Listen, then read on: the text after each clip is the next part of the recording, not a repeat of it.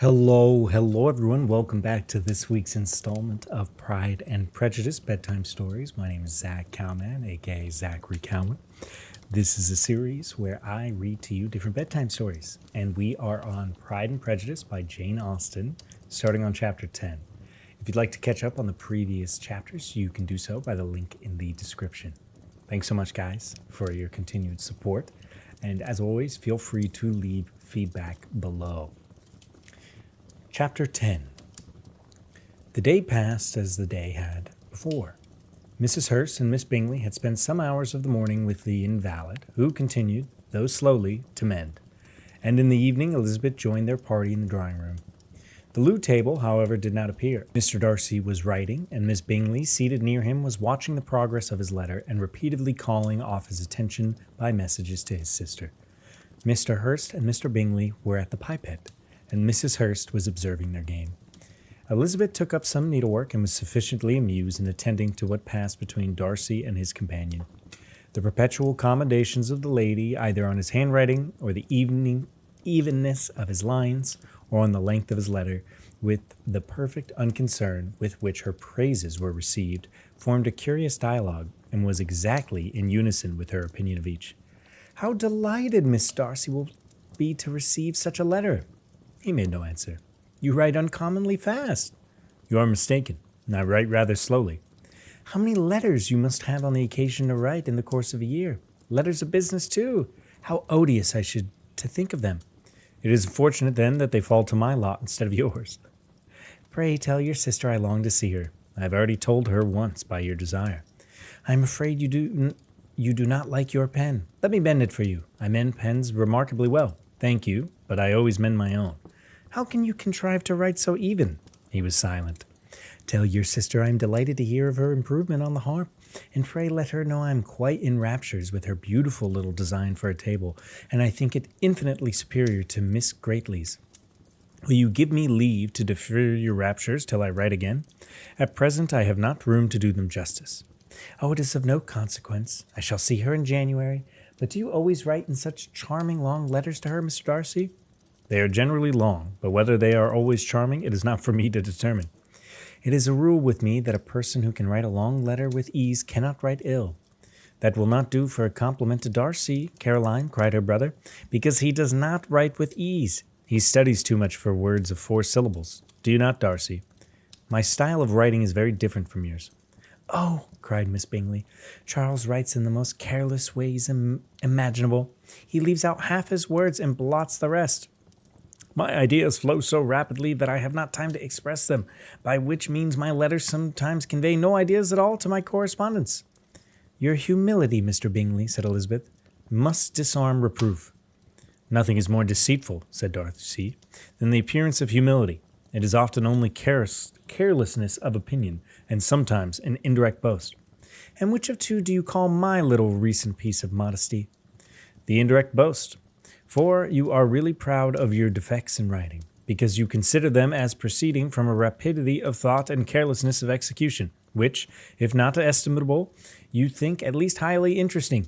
The power of doing anything with quickness is much prized by the possessor, and often without any attention to the imperfection of the performance. When you told Mrs. Bennet this morning that if you ever resolved on quitting Netherfield, you should be gone in 5 minutes, you meant to be sort of panegyric of compliment of yourself, and yet what is there so laudable in precipitants which leave very necessary business undone, and can be of no real advantage to yourself or anyone else?" "Nay," cried Bingley, "this is too much, to remember all night all foolish things that were said in the morning, and yet upon my honor I believed what I said of myself to be true, and I believe it in this moment. At least, therefore, I did not assume the character of needless precipitants merely to show up before the ladies." "I dare say you believed it, but I am by no means convinced that you would be gone with such celerity. Your conduct would be quite as dependent on the chance as of that any man I know, and if, as if you were mounting your horse, a friend were to say, 'Bingley, you'd better stay till next week,' you'd probably do it. You'd probably not go, and, at another word, might stay a month." "You have only proved by this," cried Elizabeth, "that Mr. Bingley did not do justice to his own disposition." "You have shown him how much more than he did himself." "I am exceedingly gratified," said Bingley. by your converting what my friend said into a compliment on the sweetness of my temper. But I'm afraid you are giving it a turn with what a gentleman did by no means intend, for he would certainly think better of me if under such a circumstance I were to give a flat denial and ride off as fast as I could. What would Mr. Darcy then consider the rashness of your original intention as atone for the obstinacy in adhering to it? Upon my word, I cannot explain this matter. Darcy must speak for himself. You expect me to account for opinions which you choose to call mine, by which I have never acknowledged. Allowing the case, however, to stand according to your representation, you must remember, Miss Bennet, that the friend who is supposed to desire his return to the house, and the delay of his plan, has merely desired it, asked it without offering one argument in favor of his property. To yield readily, easily, to the persuasion of a friend is no merit with you. To yield without conviction is no compliment to the understanding of either. You appear to me, Mr. Darcy, to allow nothing for the influence of friendship and affection. A regard for the requester would often make one readily yield to a request without waiting for arguments to reason one into it. I am not particularly speaking of such a case in which you have supposed about Mr. Bingley. We may as well wait, perhaps, till circumstances occur before we discuss the discretion of his behavior thereupon. But in general and ordinary cases between friend and friend, where one of them is desired by the other to change of resolution of no great very moment, should you think ill of that person for complying with the desire without waiting to be argued into it? Will it not be advisable, before we proceed on the subject, to arrange with more precision to the degree of importance which is to ascertain to this request, as well as the degree of intimacy subsisting between the parties? By all means, cried Bingley, let us hear the particulars, not forgetting their comparative height and size, for that will have more weight in the argument, Miss Bennet, than you may be aware of. I assure you that if Darcy were not such a great tall fellow in comparison with myself, I should not pay him half so much of deference. I declare I do not know a more awful object than Darcy on a particular occasions and in a particular places, at his house especially, and of Sunday evening, when he has nothing to do. Mr. Darcy smiled, but Elizabeth thought she could perceive that he was rather offended, and therefore checked her laugh. Miss Bingley warmly resented the indignity he had received in an expostulation with her brother for talking such nonsense. I see your design, Bingley, said his friend. You dislike an argument and you want to silence us. Perhaps I do. Arguments are too much like disputes. If you and Miss Bennet were to fill yours till I'm out of the room, I should be thankful. And then you may say whatever you like of me. What you ask, said Elizabeth, is no sacrifice on my side, and Mr. Darcy had much better finish his letter. Mr. Darcy took her advice and did finish his letter. When that business was over, he applied to Miss Bingley and Elizabeth for the indulgence of some music. Miss Bingley moved with the alacrity to the pianoforte, and the polite request that Elizabeth would lead the way, which the others as politely and more earnestly negatived. She seated herself. Mrs. Hurst sang with her sister, and while thus employed, Elizabeth could not help observing, as she turned over some music books that lay on the instrument, how frequently Mr. Darcy's eyes were fixed on her. She hardly knew how to suppose that she could be the object of admiration of so great a man, and yet that he should look at her because he disliked her was still more strange. She could only imagine, however, at last that she did notice because there was something about her more wrong and reprehensible, according to his ideas of right, than in any other person present. The supposition did not pain her. She liked him too little to care for his appropriation. After playing some Italian songs, Miss Bingley varied the charm by a lively Scotch air, and soon afterwards Mr. Darcy, drawing near Elizabeth, said to her, Do you not feel a great inclination, Miss Bennet, to seize such an opportunity of a dancing reel? She smiled, but made no answer. He repeated the question, with some surprise at her silence. Oh, she said, I heard you before, but I could not immediately determine what to say in reply. You wanted me, I know, to say yes, and that you might have the pleasure of despising my taste. But I always delight in overthrowing those kind of schemes and cheating a person out of their premeditated contempt. I have, therefore, made up my mind to tell you I do not want a dance, a reel at all, and now despise me if you dare. Indeed, I do not dare. Elizabeth, having rather expected to affront him, was amazed at his gallantry, but there was a mixture of sweetness and archness in her manner which made it difficult for her to affront anybody, and Mr. Darcy had never been so bewitched by any woman as he was by her. He really believed that, were it not for her inferiority of her connections, he should be in some danger. Miss Bingley saw or suspected enough to be jealous, and her great anxiety for the recovery of her dear friend Jane received some assistance for her desire to be getting rid of Elizabeth. She often tried to provoke Darcy into disliking her guest by talking of their supposed marriage and planning his happiness in such an alliance. "I hope," she said as they were walking together in the shrubbery the next day, "you will give your mother-in-law a few hints when this desirable event takes place as to the advantage of holding her tongue. And if you can pass it, cure the younger girls of running after the officers. And if I may mention so delicate a subject, endeavor to check that little something bordering on conceit and impertinence which your lady possesses. Have you anything else to propose for my domestic felicity? Oh, yes. Do let the portraits of your uncle and Aunt Phillips be placed in the gallery at Pemberley. Put them next to your great uncle, the judge. They are in the same profession, you know, only in different lines. As for your Elizabeth's picture, you must not attempt to have it taken, for what painter could do justice to those beautiful eyes? It would not be easy, indeed, to capture the expression, but the color and shape and eyelashes are so remarkably fine might be copied." At that moment they were met from another walk by Mrs. Hurst and Elizabeth herself. "I did not know you intend to walk," said Miss Bingley in some confusion, lest they be overheard. "Oh, you used us abominably ill," answered Mrs. Hurst, "running away without telling us you were coming out." Then, taking the disengaged arm of Mr. Darcy, she left Elizabeth to walk by herself. The path just admitted 3. Mr. Darcy felt their rudeness and immediately said, "This walk is not wide enough for our party. We'd better go to another avenue." But Elizabeth, who had not the least inclination to remain with him, laughably answered, No, stay where you are.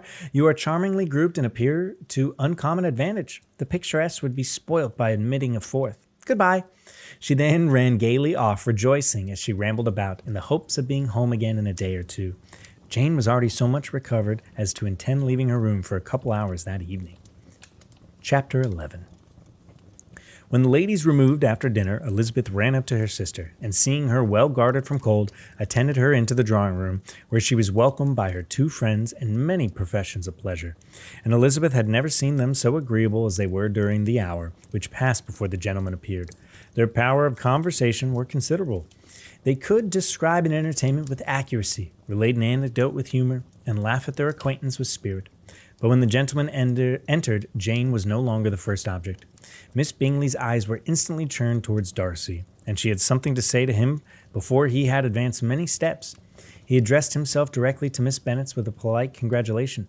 Mr. Hurst also made a slight bow, and said he was very glad, but diffuses and warmth remained for Bingley's salutation. He was full of joy and attention. The first half-hour was spent in piling up the fire, lest she should suffer from the change of room, and removed, at his desire, to the other side of the fireplace, that she might be farther away from the door. He then sat down by her and talked scarcely to anyone else. Elizabeth, at work in the opposite corner, saw it all with great delight. When tea was over, Mr. Hurst reminded his sister-in-law of the card-table, but in vain. She obtained private intelligence that Mr. Darcy did not wish for cards, and that Mr. Hurst soon found even his open petition rejected. She assured him that no one intended to play, and the silence of the whole party on the subject seemed to justify her. Mr. Hurst had therefore nothing to do but to stretch himself out on one of the sofas and go to sleep. Darcy took up a book. Miss Bingley did the same. Mrs. Hurst, principally occupied in playing with her bracelets and rings, joined then in her brother's conversation with Miss Bennet. Miss Bingley's attention was quite so much engaged in watching Mr. Darcy's progress through his book as in reading her own. She was perpetually either making some inquiry or looking at his page. She could not win him, however, to any conversation. He merely answered her question and read on. At length, quite exhausted by the attempt to be amused with her own book, which she had only chosen because it was the 2nd volume of his, gave a great yawn and said, "How pleasant it is to spend an evening this way. I declare, after all, there is no enjoyment like reading. How much sooner one tires of anything than of a book. When I have a house of my own, I shall be miserable if I have not an excellent library." No one made any reply. She yawned again, threw aside the book, cast her eyes around the room in quest of some amusement, when, hearing her brother mentioning a ball to Miss Bennet, she turned suddenly towards him and said, "By the by, Charles, are you really serious in meditating a dance at Netherfield? I would advise you, before you determine on it, to consult the wishes of the present party. I am much mistaken if there are not some among us whom a ball would be rather a punishment than a pleasure." "If you mean Darcy," cried her brother, "he may go to bed if he chooses before it begins. But as for a ball, it is quite a settled thing. As soon as Nicholas has made his white soup enough, I shall send round my cards." "That sounds like balls. I should like balls infinitely better," she replied, "if they were carried on in a different manner. But there is something insufferably tedious by the usual process of such a meeting. It would surely be much more rational if conversation instead of dancing made the order of the day." "Much more rational, my dear Caroline, I dare say, but it would not be so near so much like a ball." Miss Bingley made no answer, and soon afterwards got up and walked about the room. Her figure was elegant and she walked well, but Darcy, at whom it was well aimed and still inflexibly studious. In her desperation of her feelings, she resolved on one more effort around, turning to Elizabeth and said, "Miss Eliza Bennet, let me persuade you to follow my example and take a turn about the room. I assure you it is very refreshing after sitting in a long time." Elizabeth was surprised, but agreed to it immediately. Miss Bingley succeeded no less in the real object of her civility. Mr. Darcy looked up. He was much awake to the novelty of attention in that quarter as Elizabeth herself could be, and unconsciously closed his book. He was directly invited to join the party, but he declined, observing that he could imagine but two motives for their choosing to walk up and down a room together, with either of which motives his joining would interfere. What could he mean? She was dying to know what could be his meaning, and asked Elizabeth whether she could tell or understand him. "Not at all," was her answer, "but depend upon it, he means to be severe on us, and our surest way of disappointing him will be to ask nothing about it." Miss Bingley, however, was incapable of disappointing Mr. Darcy in anything, and persevered therefore in requiring an explanation of his two motives. "I have not the smallest objection to explaining them," he said as soon as she allowed him to speak. "You either choose this method of passing the evening because you are in each other's confidence and you have secret affairs to discuss, or because you are conscious that your figures appear at the greatest advantage in walking. If the first, I shall be completely in your way, and if the second, I can admire you much better as I sit by the fire." "Oh, shocking!" cried Miss Bingley. "I've never heard anything so abominable. How shall we punish him for such a speech?" "Nothing so easy, if you have but the inclination," said Elizabeth. "We can all plague and punish one another. Tease him, laugh. Intimate as you are, you must know how it is to be done." "Upon my honor, I do not. I do assure you that my intimacy has not taught me that. Tease, calmness of temper, and presence of mind. No, no, I feel he must defy us there. And as to laughter, we will not expose ourselves, if you please, by attempting to laugh without a subject. Mr. Darcy may hug himself." "Mr. Darcy is not to be laughed at," cried Elizabeth. "That is an uncommon advantage, and uncommon I hope it will be to continue, for it will be a great loss to me to have many such acquaintance. I dearly love a laugh." "Miss Bingley," he said, "has given me credit for more than I can. The wisest and best men, nay, the wisest and best of their actions, may be rendered ridiculous by a person whose first object in the life is a joke." "Certainly," replied Elizabeth, "there are such people, but I hope I am not one of them.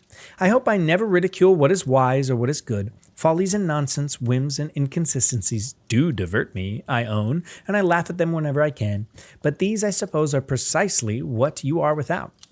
Perhaps that is not possible for anyone, but it is the study of my life to avoid those weaknesses which often expose a strong understanding to ridicule, such as vanity and pride. Yes, vanity is a weakness indeed, but pride, where there is a real superiority of mind, pride will always be under good regulation." Elizabeth turned to hide a smile. "Your examination of Mr. Darcy is over, I presume," said Miss Bingley.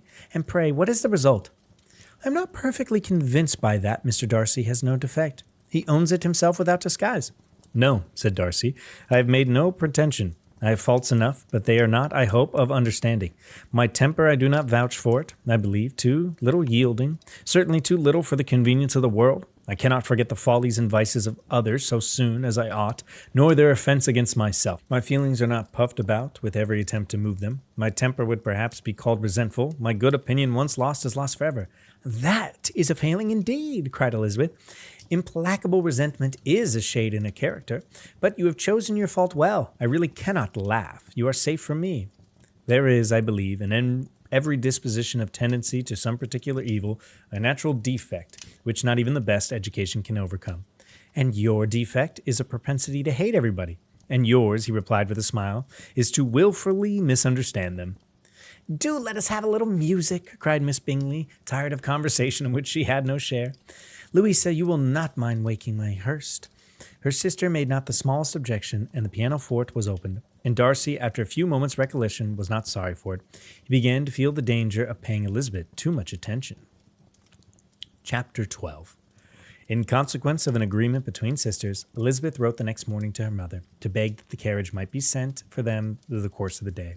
But Mrs. Bennet, who had calculated on her daughters remaining in Netherfield till the following Tuesday, which would exactly finish Jane's week, could not bring herself to receive them with pleasure before. Her answer, therefore, was not propitious, at least not Elizabeth's wishes, for she was impatient to get home. Mrs. Bennet sent them word that she could not possibly have the carriage before Tuesday, and in her postscript it was added that if Mr. Bingley and his sister pressed them to stay longer, she could spare them very well. Against staying longer, however, Elizabeth was positively resolved, nor did she expect it would be asked, and fearful, on the contrary, of being considered as intruding themselves needlessly long, she urged Jane to borrow Mr. Bingley's carriage immediately, and at length it was settled that her original design of leaving Netherfield in the morning should be mentioned, and the request was made. The communication excited many professions of concern, and enough was said of wishing them stay at least until the following day to work on Jane. Until tomorrow their going was deferred.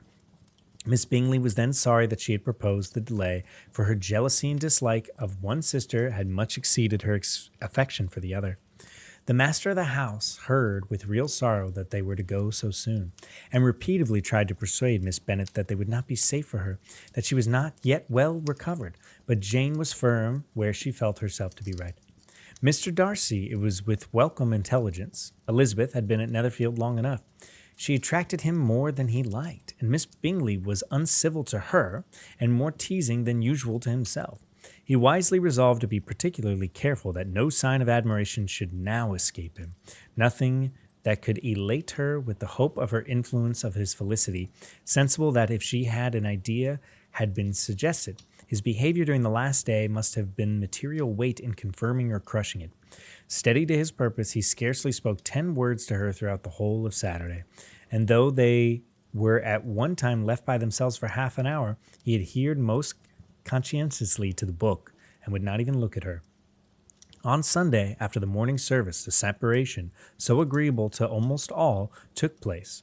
Miss Bingley's civility to Elizabeth increased at last very rapidly, as well as her affection for Jane, and when they parted, after assuring the latter of the pleasure it would always give her to see either at Longbourn or Netherfield, and embracing her most tenderly, and even shook hands with the former, Elizabeth took leave of the whole party in the liveliest of spirits.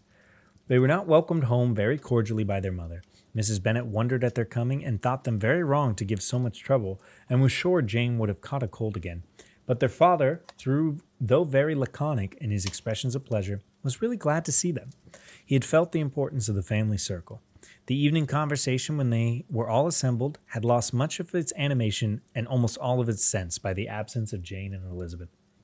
They found Mary, as usual, deep in the study of some thorough base and human nature, and had some new extracts to admire and some new observations of threadbare morality to listen to. Catherine and Lydia had information for them of a different sort. Much had been done, and much had been said in the regiment since the preceding Wednesday. Several of the officers had dined lately with their uncle, a private had been flogged, and it had actually been hinted that Colonel Forster was going to be married. Chapter 13. "I hope, my dear," said Mr. Bennet to his wife as they were at breakfast the next morning, "that you have ordered a good deal dinner today, because I have reason to expect an addition to our family party." "Who do you mean by that, my dear? I know of nobody that is coming, I am sure, unless Charlotte Lucas should happen to call in. I hope my dinners are good enough for her. I do not believe she often sees such at home." "The person of whom I speak is a gentleman and a stranger." Mrs. Bennet's eyes sparkled. "A gentleman and a stranger? It is Mr. Bingley, I am sure. Why, Jane, you never dropped a word of this, you sly thing. Well, I am sure I shall be extremely glad to see Mr. Bingley. But good Lord, how unlucky! There is not a bit of fish today. Lydia, my love, ring the bell. I must speak to Hill at this moment." "It is not Mr. Bingley," said her husband. "It is a person whom I saw in the whole course of my life." This roused a great astonishment, as he had the pleasure of being eagerly questioned by his wife and 5 daughters at once. After amusing himself for some time with their curiosity, he thus explained. "About a month ago I received this letter. and about a fortnight ago I answered it, for I thought it a case of some delicacy and requiring early attention. It is from my cousin, Mr. Collins, whom, when I am dead, may churn you all out of this house as soon as it pleases. Oh, my dear, cried his wife, I cannot bear to hear that mention. Pray do not talk of that odious man. I do think it is the hardest thing in the world that your estate should be entailed away from your children. I am sure if I had been you, I should have tried long ago to do something about it. Jane and Elizabeth attempted to explain to her the nature of an entail. They had often attempted it before, but it was a subject on which Mrs. Bennet was beyond reach of reason, and she continued to rail bitterly against the cruelty of settling an estate away from a family of 5 daughters in favor of a man whom nobody cared anything about.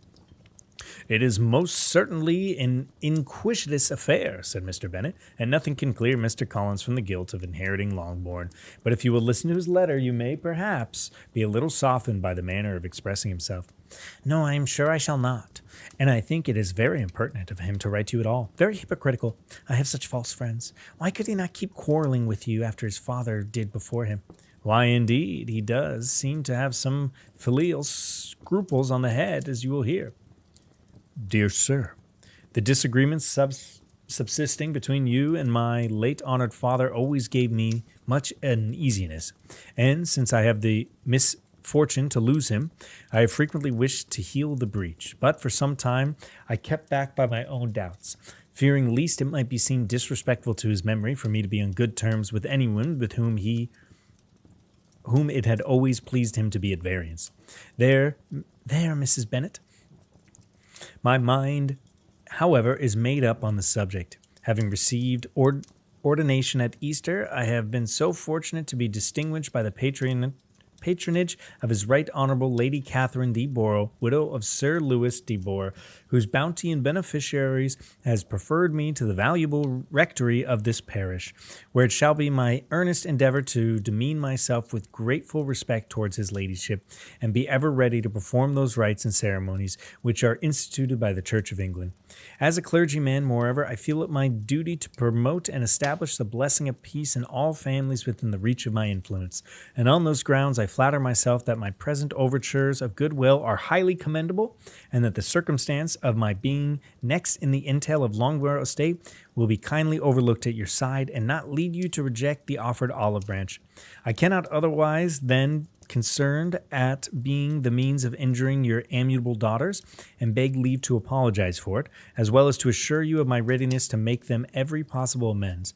By of this hereafter, if you should have no objection to receive me in your house, I propose the satisfaction of waiting on you and your family Monday, November 18th by 4 o'clock, and shall probably trespass on your hospitality till Saturday's night following, which I could do without any inconvenience, as Lady Catherine is far from objecting to my occasional absence on a Sunday, provided that some of the clergymen is engaged with the duty of the day.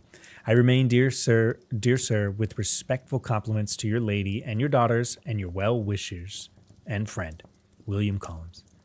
At almost 4 o'clock, therefore, we may expect this peace-making gentleman, said Mr. Bennet, as he folded up the letter. He seems to be a most conscientious and polite young man, upon my word, and I doubt not will provide a valuable acquaintance, especially if Lady Catherine will be so indulgent as to let him come to us again. There is some sense in what he says about the girls, however, and if he is disposed to make them any amends, I shall not be the person to discourage him. Though it is difficult, said Jane, to guess in what way he may mean to make his atonement, he thinks our due. The wish is certainly to his credit. Elizabeth was chiefly struck with his extraordinary deference for Lady Catherine, and his kind intention of christening, marrying, and burying his parishioners whenever it were required. He must think an oddity, I think, she said. I cannot make him out. There is something very pompous in his style, and what can he mean by apologizing for being next in the entail? We cannot suppose he would help it if he could. Can he be a sensible man, sir? No, my dear, I think not. I have great hopes of finding him quite the reverse. There is a mixture of servility and self-importance in his letter which promises, well, I am impatient to see him. In the point of composition, said Mary, his letter does not seem defective. The idea of an olive branch perhaps is not wholly new, yet I think it well deserved. To Catherine and Lydia, neither the letter nor its writer were in any degree interesting. It was next to impossible that their cousin should come in a scarlet coat, and it is now some weeks since they had received the pleasure from the society of a man in any other color. As for their mother, Mr. Collins' letter had done away with much of her ill will, and she was preparing to see him with a degree of composure which astonished her husband and daughters. Mr. Collins was punctual to his time, and was received with great politeness by the whole family. Mr. Bennet indeed said little, but the ladies were ready enough to talk, and Mr. Collins seemed neither in need of encouragement nor inclined to be silent himself. He was tall, heavy-looking young man of 25. His air was grave and stately, and his manners were very formal.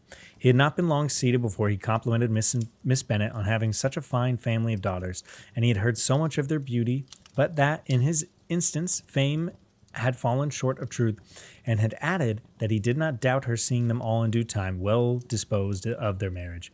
This gallantry was not much to taste of some of his hearers, but Mrs. Bennet, who had quarrelled with no compliments, answered most readily, You are very kind, sir, I am sure.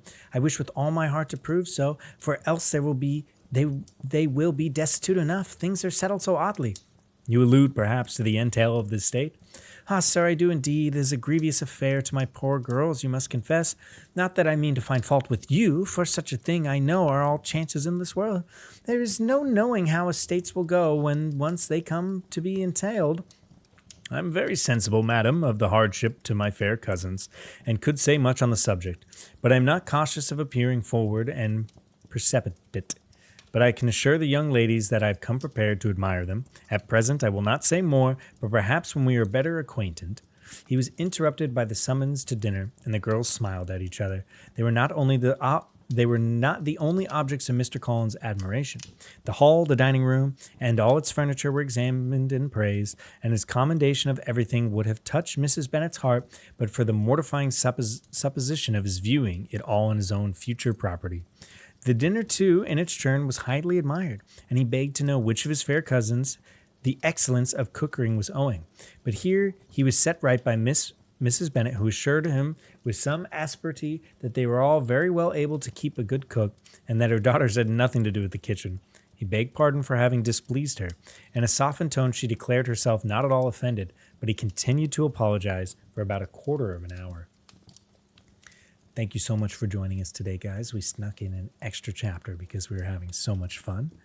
Thank you for listening. As always, feel free to leave a comment below. If your day is just starting, have a wonderful day. If your day is ending, I hope you rest well and you have sweet dreams. And please hydrate and eat, everybody. We'll see you next time.